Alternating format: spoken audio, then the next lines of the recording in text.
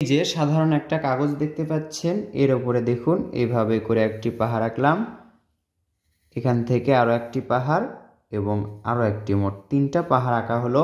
এবার নিচে আমরা সোজা একটা দাগ দিব। এভাবে মোটা পেন্সিল দিয়ে আমরা একটি সোজা দাগ দিলাম।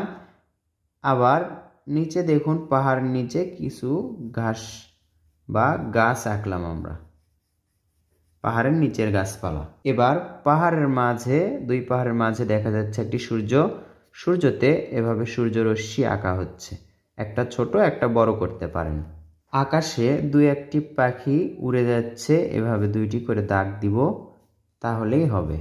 এই মাঝ বরাবর সোজা একটা দাগ হবে, এই দাগ দেখুন এভাবে এটার সাথে লেগে যাবে এবং এই কর্নারে এটার সাথে লেগে যাবে। এই তো দেখুন এভাবে করে আমরা সোজা দাগ দিব, এখানে একটা, এখানে একটা, এখানে একটা, এখানে একটা, এই তো মোট 3টি দাগ দুই পাশে দিলাম। এই দাগগুলো আমরা ডাবল করব। দেখুন তাহলে ব্রিজের পাশে খুঁটি আঁকা হলো। এটা কিন্তু দারুণ লাগছে, অল্প সময়ে আঁকলাম। ঘষাঘষি করলে, পেন্সিল দিয়ে স্কেচ করলে আরও সুন্দর হবে। অল্প সময়ে আঁকা সুন্দর এই দৃশ্যটি কেমন লাগলো, কৌশলটি ভালো লাগলো কিনা কমেন্ট করে জানিয়ে দিন। ভালো লাগলে লাইক করুন এবং শেয়ার করুন।